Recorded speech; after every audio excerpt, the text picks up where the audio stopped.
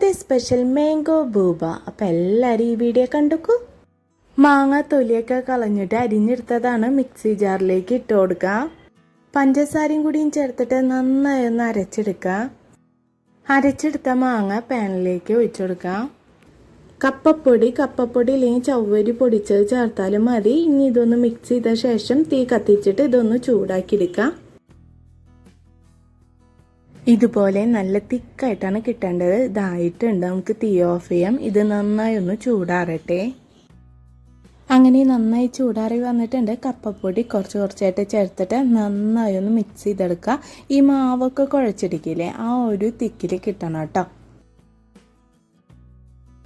ഇതുപോലെ നന്നായി ഒന്ന് കുഴച്ചെടുക്കണം കേട്ടോ. ഈ ഒരു രീതിക്കാണ് ഇത് കിട്ടേണ്ടത്.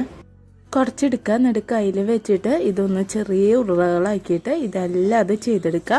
വെള്ളം നന്നായി ചൂടായി വന്നിട്ടുണ്ട്. ചെയ്ത് വെച്ചിട്ടുള്ള ബോൾസ് ഇതിലേക്ക് ഇട്ട് കൊടുക്കുക. ഒരു 15 മിനിറ്റ് ഇതൊന്ന് കുക്ക് ചെയ്തെടുക്കുക കേട്ടോ.